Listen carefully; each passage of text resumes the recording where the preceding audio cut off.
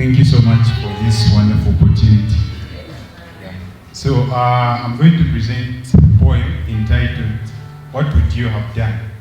It's a question. So the whole poem is based on the lifestyle of Peter as he tries to follow up Christ. So the poem goes like this. I don't know if I should use the mic or my voice is just... Okay.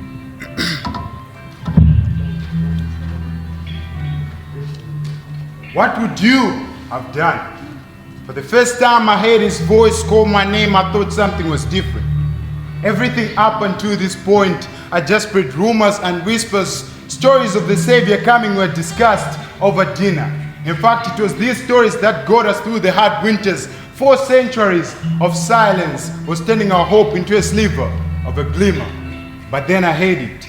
Someone was saying my name. I never heard this voice before, but something seemed strange. It felt like I knew him. So when I turned and saw his face, I couldn't help but drop my nets. When he asked me to follow, I couldn't help but just say yes. Again I asked, what would you have done? As I walked with him, I saw things no human eye had yet perceived. Around him, the lame began to walk. The blind could finally see. 5,000 families somehow fed just bread enough for 3. I saw dead bodies stand back up and walk out of hopeless tombs. This man didn't just make wine out of water, but it seems he walks on it too. This is him. This is the one, the king we've been waiting on. So I ask you a third time, what would you have done?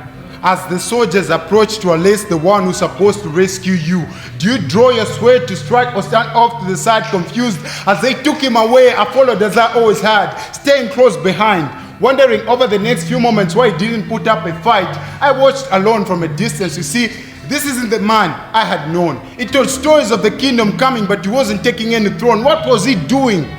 And those watching began to say I was with him. I wanted to run, and yes, thinking my life was on the line, I denied him 3 times, but what would you have done?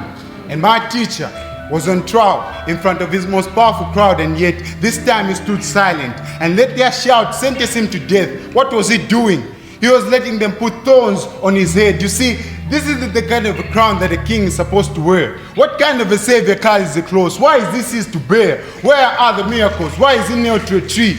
They're calling my king a criminal and treating him like a thief. If this is what they do to him, what's going to happen to me? But what would you have done sitting there judging me? What if it was you? Questioning if you've wasted the last 3 years of your life, if everything was alive, believing you found the Messiah just to see him crucified. You have to watch your mentor's mother cry as she watches her son die, as though the doubts you've ever had moved from the back to the forefront of your mind.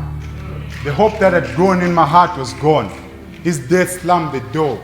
You start to wonder if this man was just that, a man, nothing more. The very first time I heard him call my name, I thought something was different. I gave up everything I had, and I don't know if it made a difference, so I took my doubt and my shame and I picked my nets back up. You might judge me, but tell me, what would you have done?